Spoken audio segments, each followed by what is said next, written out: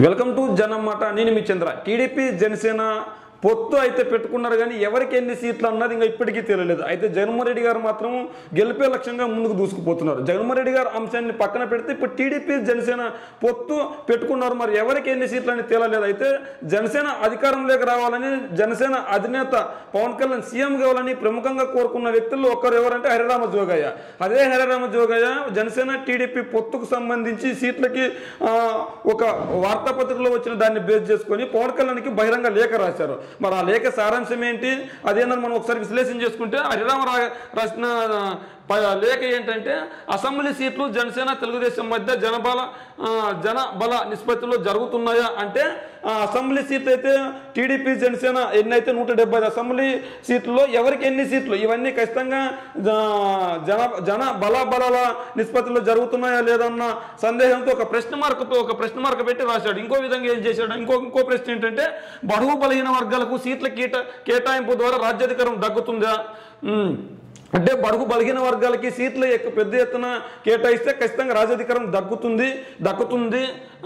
దక్కుతుందా అని ఒక ప్రశ్న వేశారు. అదే సామాజిక న్యాయం జరుగుతుందా. ఇంకో ప్రశ్న అంటే మొత్తం 3 ప్రశ్నలను ప్రధానంగా సంధించారు. ఆ 3 ప్రశ్నలు మనమైతే ఉన్నాం. అయితే ఖచ్చితంగా టీడీపీ జనసేన పొత్తు నేపథ్యంలో హరిరామ జోగయ్య ఇలాంటి లేఖ రాయడం ఇంకా రానున్నవి అతి కొద్ది రోజుల్లో ఎన్నికలు ఉండడంతో ఖచ్చితంగా ఈ పొత్తు ఎటు దారితీస్తుందన్న ప్రశ్న కూడా లేవనెత్తుంది. ఇది ఏదేమైనప్పటికీ జనసేన అధినేత సీట్లు అయితే అడగాలని ఎక్కువగా ఖచ్చితంగా జనసేన అధినేత ముఖ్యమంత్రి కావాలని హరిరామ జోగయ్య అయితే కోరుకుంటున్నారు. మరి ఏపీ ప్రజలు ఏం కోరుకుంటున్నారో మీ కామెంట్ రూపంలో తెలియజేయండి. అయితే అదేవిధంగా పూర్తి ఒకసారి లేఖ చదివేటట్లుంటే తెలుగుదేశం జనసేన అధినేతలు చంద్రబాబు పవన్ కళ్యాణ్ గారిలో వారి పార్టీల మధ్య సీట్ల పంపకం నియామకాల్లోనూ ఉమ్మడి మేనిఫెస్టో తయారు చేయడం విషయంలోనూ దప్పదప్పలుగా సమావేశాలు జరపడం మనం గమనిస్తూనే ఉన్నాం. ఇది అందరికీ తెలిసిన విషయమే. సీట్ల విషయంలో కావచ్చు లేదంటే ఉమ్మడి ప్రణాళిక కావచ్చు ఉమ్మడి మేనిఫెస్టో కావచ్చు ఆ విషయాల పట్ల వాళ్ళు దప్పదప్పలుగా మీటింగ్ అయితేనే ఉన్నారు. అయితే ఒక వర్గం వాళ్ళు ఇలా చెప్తుంటే ఇంకో వర్గం వాళ్ళు ఏం చెప్తున్నారు, జనసేన అధినేత ప్యాకేజీ కోసమే పవన్ కళ్యాణ్ కలుస్తున్నారు తప్ప అంతకు మించి ఏమీ లేదు. నిజంగా సీట్లు పంపకం విషయంకి అయితే ఒక 70-80 సీట్లు అడగొచ్చు కదని మరో వర్గం అడుగుతుంది. మరి ఈ 2 వర్గాల్లో చెప్పే ఇది ఎంత నిజముందో కూడా మీ కామెంట్ రూపంలో తెలియజేయండి. ఏదేమైనప్పటికీ ఎవరు ఊహాగానాలు వాళ్ళు చెప్తుంటారు. రాజకీయాల్లో ఉన్న తర్వాత విమర్శలు ప్రతి విమర్శలు కూడా ఉంటాయి. ఇదే నేపథ్యంలో ఈ సమావేశంలో ఇద్దరి మధ్య ఏ విషయాలు చర్చకు వస్తున్నాయో, జనసేనకు తెలుగుదేశం అధినేత ఎన్ని సీట్లు ఏ సీట్లు కేటాయించడానికి సిద్ధపడ్డారో, జనసేన అధినేత ఎన్ని సీట్లు ఏ అభ్యర్థులను దృష్టిలో పెట్టుకొని అంగీకరించారో వివరిస్తూ ఒక ఎల్లో టీవీ ఛానల్ జనసేనకు 30 సీట్లని, ఒక ఎల్లో వార్తాపత్రిక జనసేనకు 27 సీట్లని బహిరంగ ప్రచురణ చేయడం జరిగింది. ఈ సీట్ల వివరాలు త్వరలో ఎన్నికల నోటిఫికేషన్ తేదీలోగా ఇద్దరు నాయకులు ప్రకటించబోతున్నట్లుగా వారు ప్రకటించిన వార్తలోని విశేషం. ఈ రకమైన ఏకపక్షమైన వార్తల్లో ఎల్లో మీడియా ఎవరిని ఉద్ధరించడానికి ప్రకటించారో ఆయా పార్టీల శ్రేణులే గ్రహించాలి. అంటే టీడీపీ జనసేన అధినేతలు ఇంకా బయటకు వచ్చి చెప్పింది లేదు, సచ్చింది లేదు. అయితే ఖచ్చితంగా జనసేనకు 30 సీట్లను ఒక టీవీ ఛానల్, 27 సీట్లను ఒక వార్తాపత్రిక రాసుకొచ్చింది. మరి ఎవరిని ఉద్ధరించడానికి ఈ వార్తలు, ఎవరిని ఉత్తేజపరచడానికి ఈ వార్తలు రాస్తున్నారు అన్న విధంగా ఉంది. అయితే ఇట్లాంటి వార్తలు రాయడం కూడా సమంజసమైన కూడా అనుంది. అయితే స్వతంత్రం వచ్చిన నాటి నుండి ఈనాటి వరకు ఒక్క దామోదర సంజీవయ్య గారు మినగా ఈనాటి వరకు అగ్రవర్ణాల్లో 6% జనాభా ఉన్న రెడ్డి కులస్తులు, 4% ఉన్న కమ్మ కులస్తులు తప్ప 80% ఉన్న మిగిలిన బడుగు బలహీన వర్గాలు వారెవరు ముఖ్యమంత్రి పదవుల్లో అధిష్ఠించి పరిపాలన అధికారం చేపట్టిన వారెవరూ లేరు. అంటే అధికారం వచ్చిన తర్వాత స్వతంత్రం వచ్చిన తర్వాత ఈ భారతదేశంలో కావచ్చు ఈ ఆంధ్రప్రదేశ్లో ఎక్కువగా ఏదైతే ధనిక కులాలు ఉన్నాయో వాళ్ళు మాత్రమే ఇక్కడ ఉన్నారని చెప్తున్నారు. ఇదే నేపథ్యంలో ఈయన రెడ్డిను కమ్మ కులస్తుల గురించి మాత్రమే రాశారు. అదే పెద్ద ఎత్తున ఉన్న కాపు కులస్తుల గురించి కూడా రాసింటే బాగుండేది అని చెప్పి ప్రజలు చర్చించుకుంటారు. ఏదేమైనప్పటికీ ఈ ఆంధ్రప్రదేశ్లో బలంగా ఉన్న కులాలు కమ్మ, రెడ్డి, కాపులు. అయితే కాపులు అయితే ఇప్పటి వరకు ముఖ్యమంత్రి కాలేదు. మరి ఆ కాపు నేత ముఖ్యమంత్రి చేయడానికి కోసం జన సైనికులు హరిరామ జోగయ్య లాంటి వాళ్ళు చాలా తాపత్రయపడుతున్నారు. మరి ఇంత తాపత్రయపడుతుంది ఎందుకు కాలేకపోతున్నారు, ఏంటి పరిస్థితి అంటే ఖచ్చితంగా వాళ్ళకి చిత్తశుద్ధి లేదు. పవన్ కళ్యాణ్కి 30 సీట్లు అడగడం ఏంది, 27 సీట్లు తీసుకోవడం ఏంది అన్నది కూడా చర్చలు అయితే జరుగుతున్నాయి. ఏదేమైనప్పటికీ హరిరామ జోగయ్య ఈ లేఖ అయితే రాశారు. అదేవిధంగా ఈ రెండు అగ్ర కులాల వారు ఆర్థికంగాను రాజకీయంగాను బలహీనమైన మిగిలిన బడుగు బలహీన వర్గాలను ఉపయోగించుకుంటూ తమ చెప్పు చేతుల్లో పెట్టుకొని ఆర్థికంగా లబ్ధి పొందుతూ ఆస్తులు పెంచుకుంటూ రాజకీయ లబ్ధి పొందుతున్న మాట వాస్తవం.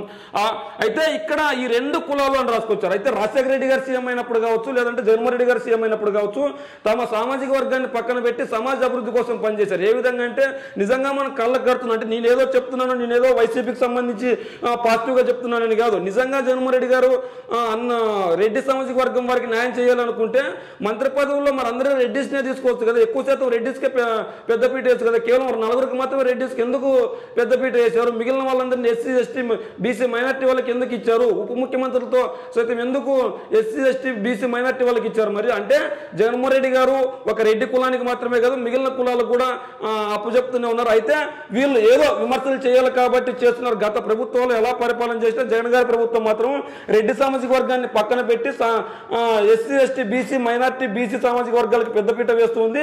అది నేను చెప్తున్నది కదా, మన కళ్ళు ఎదుటే కనిపిస్తుంది. మరి నిజంగా జగన్మోహన్ రెడ్డి గారు నిస్వార్థంగా ఆలోచించాల్సిన అవసరం ఉందంటే మనం తన సామాజిక వర్గానికి పెద్దపీట వేయాలి. మరి ఎందుకు వేయలేకపోతున్నారు తన సామాజిక వర్గానికి అంటే ఇక్కడ అందరూ అభివృద్ధి చెందాలి, బడుగు బలహీన వర్గాలు రాజకీయాల్లోకి రావాలని చెప్పి ఆయన ఉద్దేశం.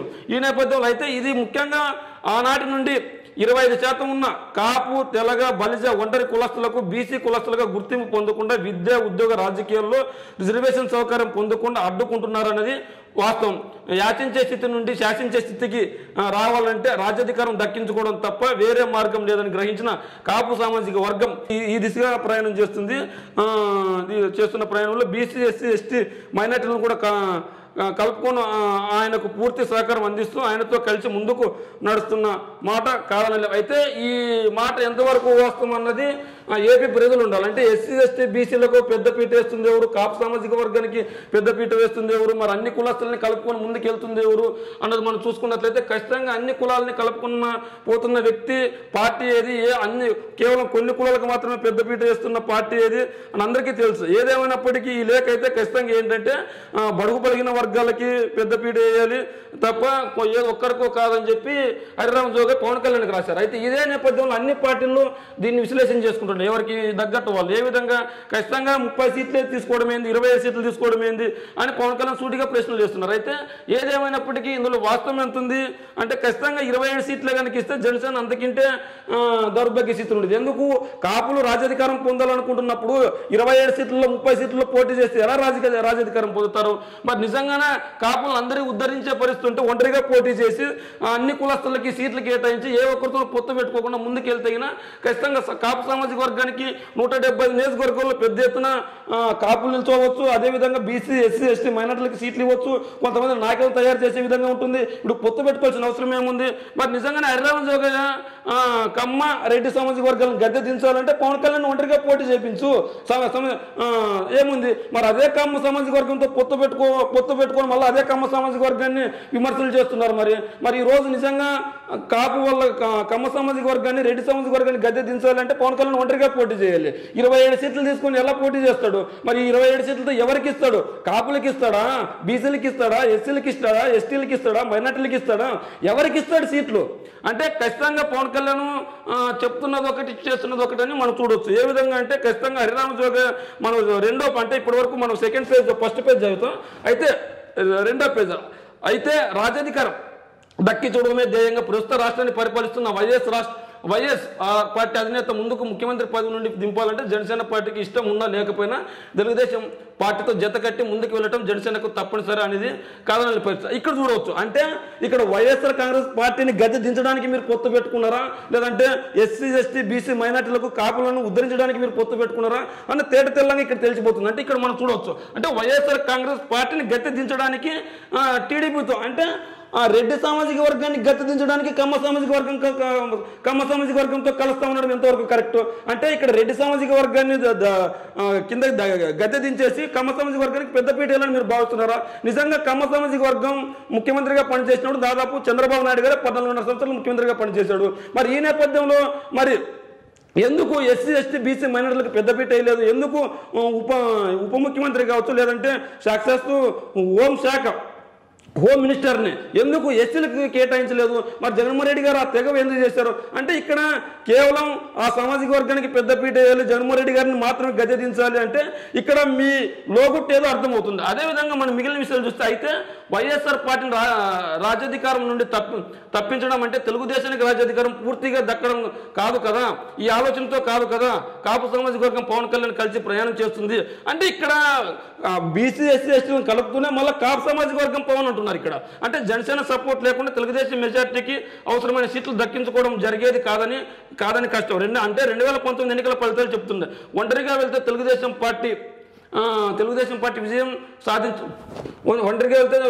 పార్టీ విజయం సాధించడం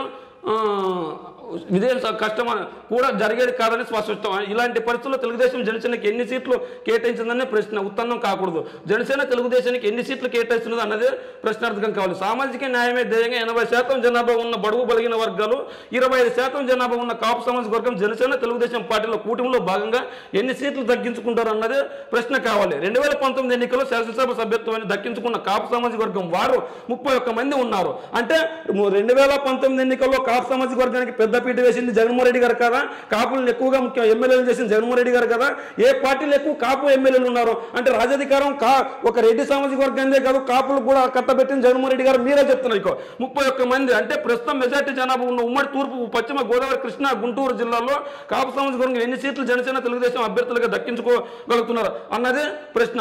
20 లక్షల జనాభా ఉన్న రాయలసీమలో ఎన్ని సీట్లు, బలిస సామాజిక వర్గం అధిక సంఖ్యలో జనాభా కలిగిన తూర్పు కాపులు ఎన్ని సీట్లు అన్నది ప్రశ్న, దక్కించుకోవాలన్నదే ప్రశ్న. అంటే ఈ ప్రశ్నలకి జనసేన తెలుగుదేశం కూటమి ముఖ్యంగా జనసేన తను నమ్ముకున్న కాపు సంవత్సరం సమాధానం చెప్పవలసి ఉంది. అయితే ఇక్కడ జగన్మోహన్ రెడ్డి గారు అయితే కాపులకు బల్జలకు పెద్దపీట వేస్తున్నారు. దాదాపు 30 మందిని ఎమ్మెల్యేలను చేశారు జగన్మోహన్ రెడ్డి గారు. అయితే ఇదే నేపథ్యంలో పవన్ కళ్యాణ్ కాపులను ఉద్ధరిస్తాను, బల్జలను ఉద్ధరిస్తాను, ఎస్సీలను ఉద్ధరిస్తాను, బీసీలను ఉద్ధరిస్తాను అన్నప్పుడు మరి టీడీపీ జనసేనతో పొత్తు పెట్టుకుంది. మరి పొత్తు పెట్టుకున్నాడు పవన్ కళ్యాణ్ ఖచ్చితంగా ముఖ్యమంత్రి అవుతాడా కాదా? తెలుగుదేశం ఇప్పటికీ స్పష్టంగా చెబుతుంది ఖచ్చితంగా చంద్రబాబు నాయుడు గారే ముఖ్యమంత్రి, పవన్ కళ్యాణ్కి ఎటువంటి ఛాన్స్ లేదని నారా లోకేష్ యువ నాయకుడు అయిన నారా లోకేష్ గారు చెప్పారు. మరి ఈ నేపథ్యంలో మరి కాపు సామాజిక వర్గం నేతకి ఎలా ముఖ్యమంత్రి పదవి ఇస్తారు? మళ్ళీ వారు కేటాయించే 30 స్థానాల్లో ముఖ్యమంత్రిని ఎలా అడగలుగుతారు? అయితే ఇక్కడ మనం బడుగు పలిగిన వర్గాల రాజ్యాధికారం దక్కించుకోగలుగుతున్నారు అనే పిచ్చి నమ్మకంతోనే కాపు సామాజిక వర్గంలో అధిక సంఖ్యలో పవన్ కళ్యాణ్ వెంట నడుస్తున్నారు. 170 సీట్లు ఉన్న రాష్ట్రంలో కనీసం 50 సీట్లుగా జనసేన దక్కించుకోగలిగితేనే రాజ్యాధికారం పూర్తిగా కాకపోయినా పాక్షికంగా దక్కే అవకాశం ఉంటుంది. ఇది ఎవరు కాదనేది నిజం. తనకు పదవులు కాదు ముఖ్యం, రాష్ట్ర ప్రయోజనాలు ముఖ్యం అంటున్నారు అప్పుడప్పుడు పవన్ కళ్యాణ్ గారు. అంటే పదవులు కాదు రాష్ట్ర ప్రయోజనాల కోసం అంటున్నారు. మరి పదవులే కాకపోతే మరి పొత్తు ఎందుకు పెట్టుకున్న పవన్ కళ్యాణ్? మరి అగ్రరాజ జోగం ఏమంటున్నారు? కాపులను ఉద్ధరించడానికి, బలిజలను ఉద్ధరించడానికి, ఎస్సీ ఎస్టీలను ఉద్ధరించడానికి అని చెప్తున్నారు. మరి ఇదే నేపథ్యంలో పొత్తు పెట్టుకుని డివైడ్ గా పోటీ చేసి కనీసం ఒక 40-50 మంది ఎమ్మెల్యేలను గెలిపించుకోగలిగితే ప్రధాన ప్రతిపక్ష పార్టీలో కూర్చొని 2029లో అయినా గెలిచే ఛాన్స్ ఉంది. అయితే ఇక్కడ ఇటు తిరిగి ఖచ్చితంగా జగన్మోహన్ రెడ్డి గారిని గద్దె దించాలని చూస్తున్నారు. అయితే కాపు సామాజిక వర్గానికి జగన్మోహన్ రెడ్డి గారు అన్యాయం చేసింది లేదు. ఖచ్చితంగా పవన్ కళ్యాణ్ వెంట కంటే జగన్మోహన్ రెడ్డి గారు వెంట కాపులు ఉన్నారు. ఎందుకు కాపులు జగన్ అంటున్నారంటే అత్యధిక మంది ఎమ్మెల్యేలు చేసింది జగన్మోహన్ రెడ్డి గారు, వాళ్ళకి పదవులు ఇచ్చింది జగన్మోహన్ రెడ్డి గారు, పదవులు ఇవ్వడమే కాదు వాళ్ళకి కాపు నేస్తం పెట్టింది జగన్మోహన్ రెడ్డి గారు. ఈ నేపథ్యంలో ఖచ్చితంగా కాపులు మళ్ళీ ఒకసారి జగన్మోహన్ రెడ్డి గారిని గెలిపించుకోవడానికి సిద్ధంగా ఉన్నారు. అయితే ఇదే నేపథ్యంలో రెడ్డి కమ్మ సామాజిక వర్గాన్ని గద్దె దించాలి, వేరే సామాజిక వర్గం వాళ్ళు ముఖ్యమంత్రి కావాలని కోరుకుంటున్నప్పుడు మరి ఎందుకు పవన్ కళ్యాణ్ ఒంటరిగా పోటీ చేయడం లేదు? ఎందుకు అన్ని సీట్లు అడగడం లేదు? కనీసం 60-70 సీట్లు కూడా అడగడం లేదు. అంటే ఇక్కడ ఒక సామాజిక వర్గానికి ఇండైరెక్ట్ గా మీరు మద్దతు తెలుపుతున్నారు, అయితే డైరెక్ట్ గా మద్దతు తెలుపుతున్నారా? అంటే వాళ్ళను ముఖ్యమంత్రిని చేయడం కోసమే మీరు పార్టీ పెట్టారా? మీ కాపు సామాజిక వర్గాన్ని ఆత్మ గౌరవాన్ని మీరు తాకట్టు పెట్టారా అన్న ప్రశ్నలు కూడా లేవనెత్తవలసి వస్తుంది. అయితే ఏదేమైనప్పటికీ హర్యావత్ జోగి అయితే ఈ లేఖ రాసుకొచ్చారు. ఏదైనప్పటికీ 175 సీట్లు మన రాష్ట్రంలో ఉంటే కనీసం పొత్తు అన్నాక బలమైన పార్టీలు పొత్తు అన్నాక ఖచ్చితంగా చెరిసాగం తీసుకోవాలి. కానీ ఇక్కడ చెరిసాగం తీసుకునే పరిస్థితి లేదు. కేవలం ఏకపక్షంగా చంద్రబాబు నాయుడు గారు పోటీ చేస్తున్నారు. మరి అప్పుడు ఖచ్చితంగా మళ్ళీ అదే సామాజిక వర్గానికి చెందిన వ్యక్తి ముఖ్యమంత్రి అవుతాడు. కానీ వీళ్ళకి ఎందుకు ఇస్తారు?